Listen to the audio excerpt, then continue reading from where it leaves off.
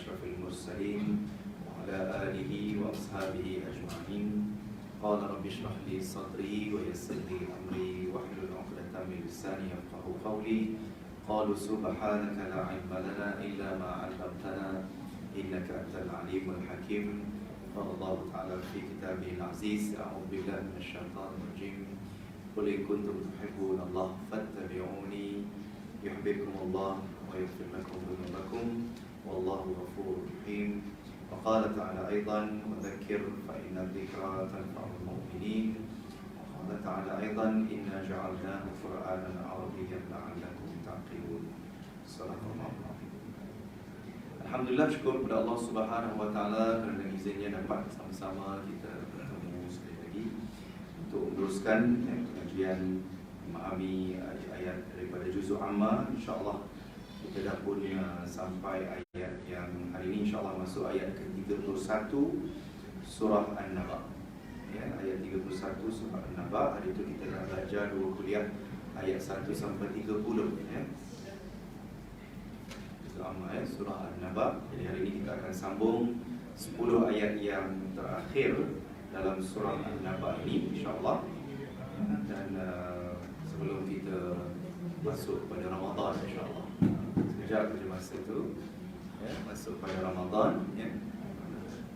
Macam baru cat je surah ni ya. Betul, saya selain macam saya semayang nanti redup je. Sebab baru cat tu, bau-bau cat ceria ya, nak menyambut Ramadan. Alhamdulillah, ini satu amalan yang baiklah. Bukan cat sebab nak raya, cat sebab nak puasa sambut Ramadan. Baik, InsyaAllah kita untuk peringatan kita lah, maknanya apa yang telah pun kita pelajari sebelum ini berkaitan dengan yang Allah sebut tentang sifat orang-orang musyrikin yang tidak mahu beriman dengan apa yang telah turunkan Allah atau yang telah ditetapkan oleh Allah Subhanahu Wa Taala dengan kedatangan kiamat. Maka Allah berikan bukti-bukti tentang kekuasaan Allah itu pada 16 ayat yang pertama ya. Allah cerita kekuasaannya tentang terjadinya malam dan siang, tidur itu nikmat daripada Allah untuk manusia, kerehatan pada waktu malam, siang manusia itu bekerja untuk kehidupannya ya, dan dijadikan langit, matahari dan sebagainya, hujan yang turun dengan tumbuh-tumbuhan yang kita makan, yang kita nikmati. Tetapi Allah kata ada di kalangan orang yang tidak beriman kepada Allah SWT dan hari kiamat, walaupun menikmati segala nikmat-nikmat yang telah diberi oleh Allah. Kemudian ayat ke-17 hingga 30 pada bulan yang lepas Allah berceritakan tentang apa yang berlaku pada hari kiamat itu. Ya, apabila berlakunya tiupan sangkakala, maka langit akan terpecah belah. Saya dah bagi tahu itu macam kita pecah belah langit, dia akan menjadi pintu. Bayangkan di langit itu ada seperti sliding door yang ada di tempat surau tuan-tuan ni ya, perempuan ni. Jadi maknanya kita tidak boleh nak membayang bagaimana langit-langit itu akan pecah dan menjadi seperti pintu. Manakala gunung ganang pula akan menjadi seperti Fata Morgana. Kalau ingat itu saya terang dah, Fata Morgana ni macam kalau kita cuaca panas, kita jalan di tengah-tengah highway, nampak macam air, tapi bila pergi tak ada air tu. Jadi maknanya benda tu macam khayalan saja ya, khayalan saja, dia bukan realiti ya, bukan yang sebenar. Kemudian Allah bagi tahu juga di dalam ayat yang ke-20 sehingga ayat yang ke-26 tentang azab siksaan neraka. Bagaimana minuman-minuman yang ada dalam neraka ataupun hidangan-hidangan yang ada di dalam neraka itu ya, Allah kata tak ada dalam neraka, tidak sejuk dan tidak ada air untuk diminum ya, illa hamima wa ghassaqa, kecuali air panas menggelegak ya, air panas menggelegak dan nanah untuk dijamukan kepada orang-orang yang tidak beriman kepada Allah di dalam neraka. Itulah balasan yang setimpal dengan mereka. Kenapa mereka kena macam itu? Sebab mereka mendustakan ayat-ayat Allah. Wa kadzabu bi ayatina kadzaba. Dan setiap apa yang mereka dustakan itu dicatatkan oleh Allah Subhanahu Wa Taala dalam dalam bukunya, dalam buku catatannya. Sebab itu disebut 29 tu wa kullu syai'in ahsaynahu kitaba. Setiap sesuatu yang dilakukan oleh mereka itu ahsaynahu, kami akan kira. Ahsa ni makna counting, kira.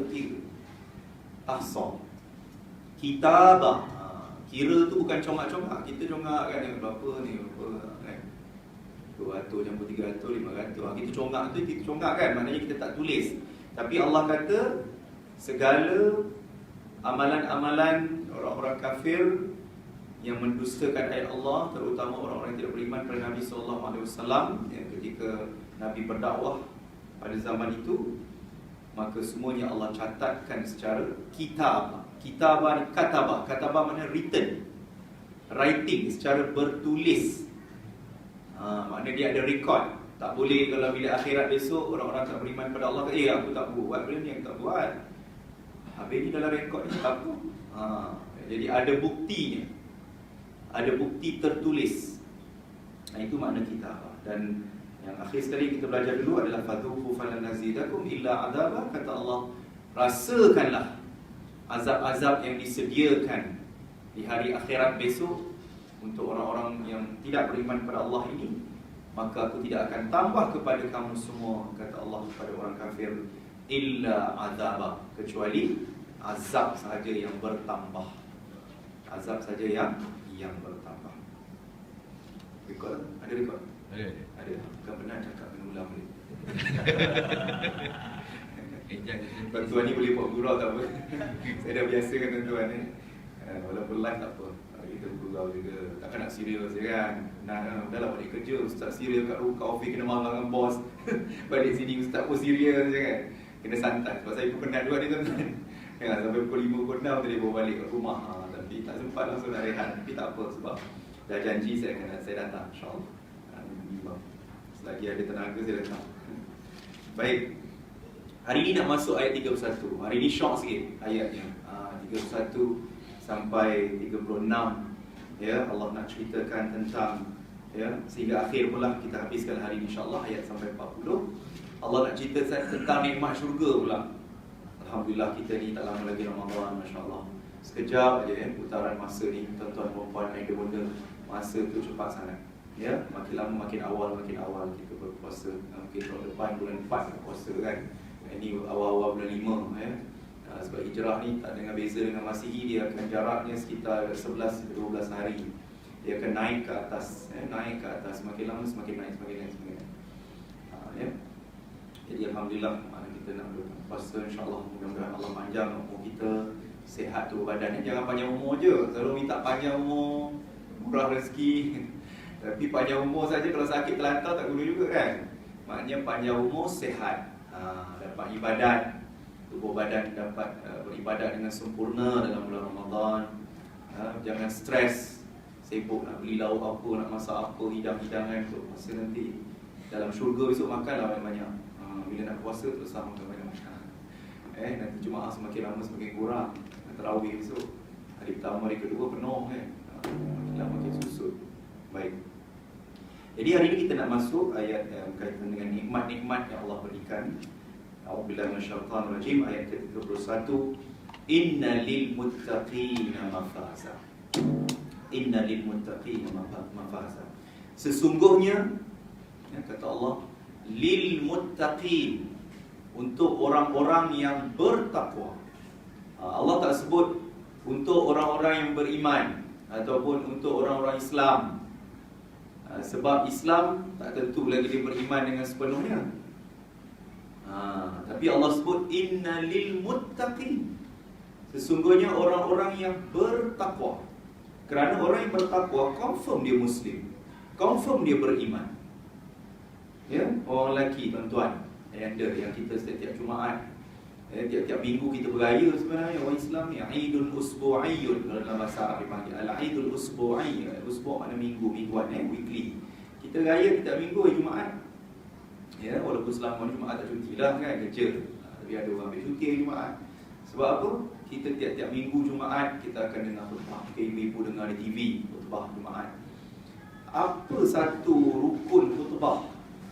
Kalau tak disebut perkara itu di dalam bahasa Arab, maka tidak sah khutbah. Dia akan jadi seperti ceramah biasa saja. Dia tak akan jadi khutbah. Fadilat khutbah tak dapat. Apa dia? Rukun khutbah.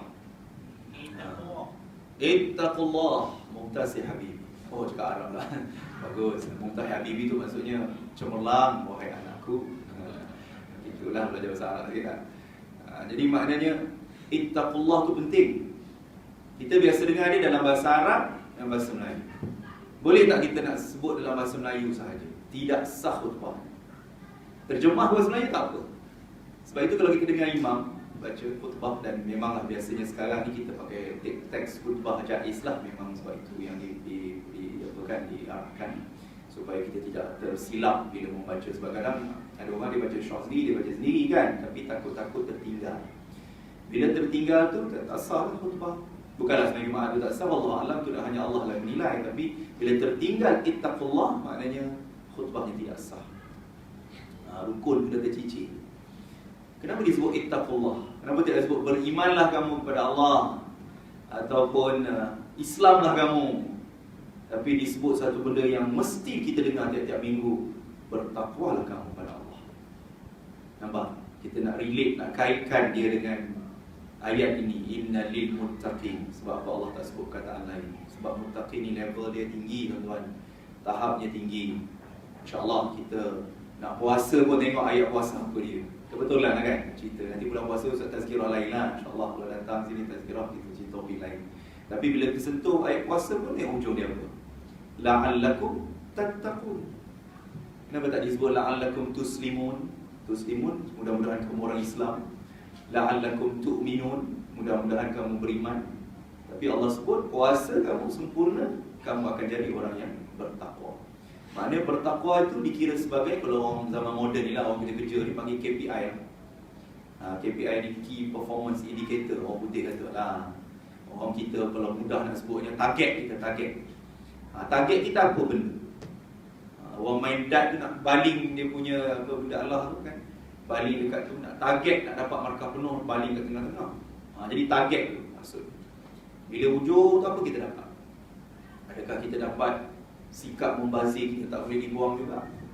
Beli banyak-banyak bulan puasa tak boleh habis juga sikap membazir kita? Ataupun makan sampai perut penuh sampai dah tak boleh bergerak macam ulas sahur? Nak pergi solat pun dah tak larat. Jadi adakah itu takwa? Takwa tu nampak macam mana? Sebab itu Allah kata sungguhnya orang yang bertakwa, yang disebut dalam khutbah Jumaat, bertakwalah kamu kepada Allah dengan melaksanakan perintah Allah dan meninggalkan larangan Allah. Itu dia punya konsep dia. Itu definisi dia tuan-tuan, pengertian dia tuan-tuan. Itulah pengertian.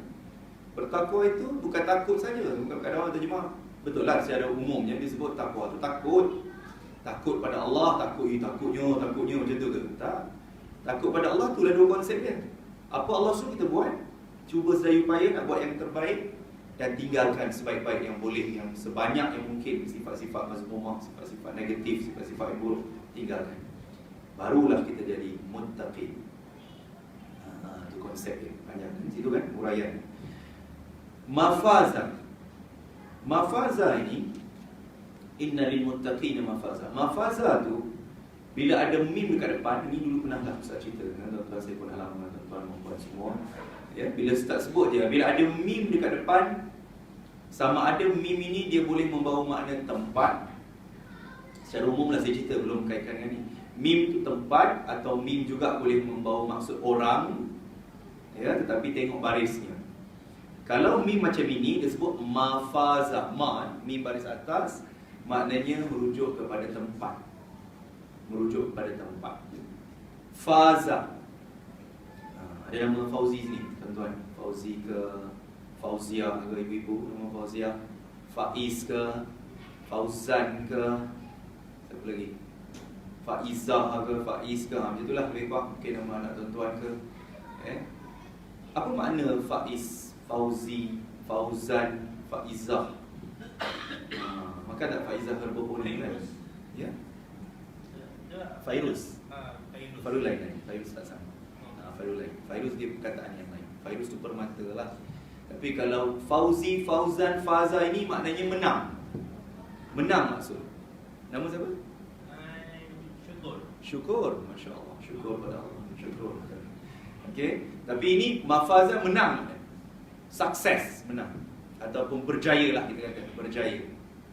Ya, maknanya mafazah tu maksudnya tempat kejayaan dituai, ataupun tempat kejayaan itu dapat dirasai nikmat kejayaan itu. Jadi sebab itu Allah tak sebut direct kat sini. Kalau kita fikir pun kita boleh fikir logik lah bila sebut tempat kejayaan, apa lagi kalau dekat akhirat kan, kalau bukan syurga. Tapi Allah tidak menggunakan perkataan inna lil muttaqina jannah. Kalau Allah guna inna lil muttaqina jannah sedap juga, cuma dari segi bunyi ayat ni lah, sebab kan hujung dia kan, jadi dia lari lah. Tapi sebab keindahan bahasa Al-Quran ni, hujung dia tu bunyinya sama. Jadi Allah gunakan inna lil muttaqina mafaza. Sungguhnya untuk orang-orang yang bertakwa itu adalah tempat untuk dia menuai kejayaan, untuk merasai kejayaan dia. Itu dia maksudnya mafaza. Macam kita sebut madrasah, kan? Ada orang faham madrasah ni surau kalau dalam bahasa kita. Sebenarnya madrasah ni sekolah, tuan, puan-puan. Sekolah, madrasah tu sekolah. Anak-anak kita hantar sekolah tu dipanggil madrasah. Kalau sekolah agama dipanggil madrasah diniyah. Kalau sekolah biasa, sekolah kebangsaan dipanggil madrasah wataniyah. Yang kita tahu kalau sebut wataniyah, askar wataniyah. Sebenarnya wataniyah tu maknanya kebangsaan.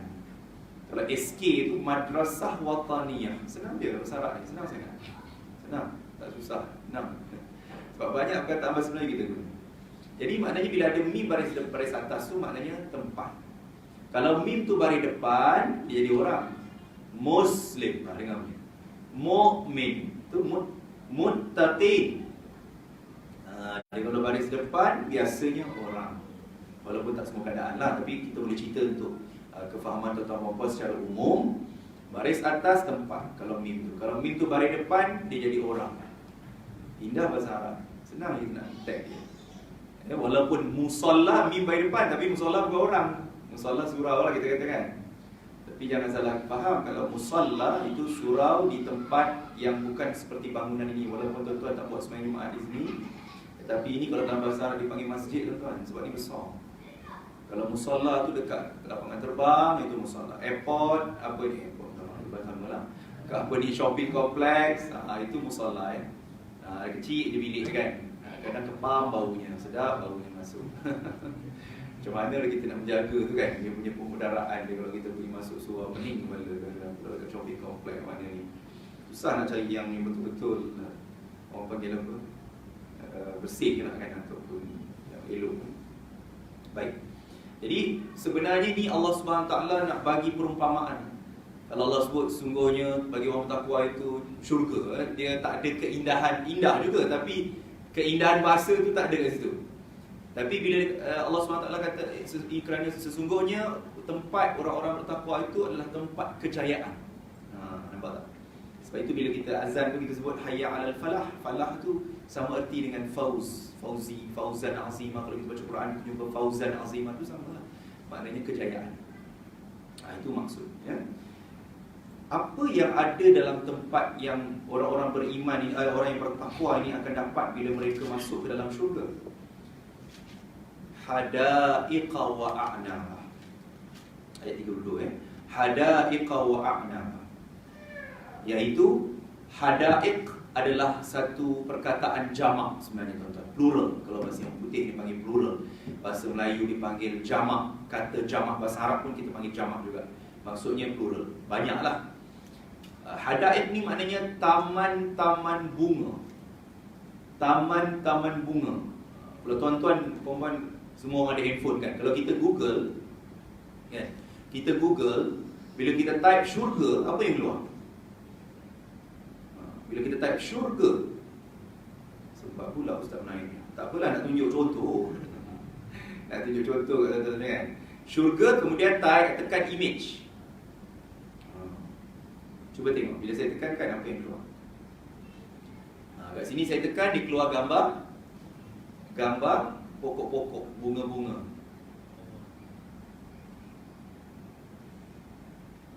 Contoh kan, dia keluar gambar taman bunga, dia keluar gambar pokok-pokok yang cantik, sebab perkataan syurga ni, jannah ni asal usul daripada perkataan taman bunga sebenarnya. Jannah itu kebun bunga. Sebab itu bila kita Google, dia akan keluar gambar-gambar yang cantik. Walaupun gambaran syurga ini gambaran otak manusia lah, ini pun kita tengok, wah cantiknya kan. Ya, kita pergi mana-mana tempat. Contoh itu Ustaz sempat lah juga, Alhamdulillah dapat pergi New Zealand. Bila tengok New Zealand ni memang Masya Allah, memang indah sangat, cantik, memang cantik. Satu negara yang sangat aman di dunia kan. Memang cantik negara, aman, damai, walaupun ada tembak-tembak sebelum-sebelum tu kan. Tapi saya tak nampak polis pun. Yang saya nampak seorang polis saja masa semain Jumaat. Seorang je dia hantar, seorang saja. Dia tak nak menimbulkan perasaan panik di kalangan rakyat dia, walaupun berlakunya peristiwa begitu. Ya, tapi memang indah. Itu di dunia. Kalau di akhirat, kita tak boleh nak bayang macam manakah indahnya taman bunga yang Allah sediakan. Kalau di dunia pun kita tengok betapa indahnya kita Allah Subhanahu Wa Taala, tapi kita tak boleh nak bayang lagi. Sudah tentu berlipat kali ganda lagi indah. Ya, itu satu, taman bunga. Kemudian disebut wa'anaba. Walaupun disebut perkataan a'nab, yang kalau tadi hadaib itu jamak, saya kata tadi plural. Kalau kata tunggalnya hadiqah, saya rasa anak-anak kita kalau belajar sekolah agama, mereka tahu perkataan hadiqah ni antara perkataan cukup popular di sekolah. Hadiqatun, taman. A'naba, walaupun a'naba ni juga kata jamak yang berasal daripada perkataan inabun. Inab, apa makna inab? Anggur. Pergi Jaya, nak makan anggur, pergi Jaya je lah beli. Ada orang makan batuk sebab dia ada banyak lilin kan kat anggur ni. Tapi disebut di dalam ayat Quran ini, ditafsirkan bukan hanya fokus daripada anggur saja, tetapi kebun-kebun buah-buahan. Maknanya bukan anggur sajalah. Boleh sebut pada apakah buah-buahan.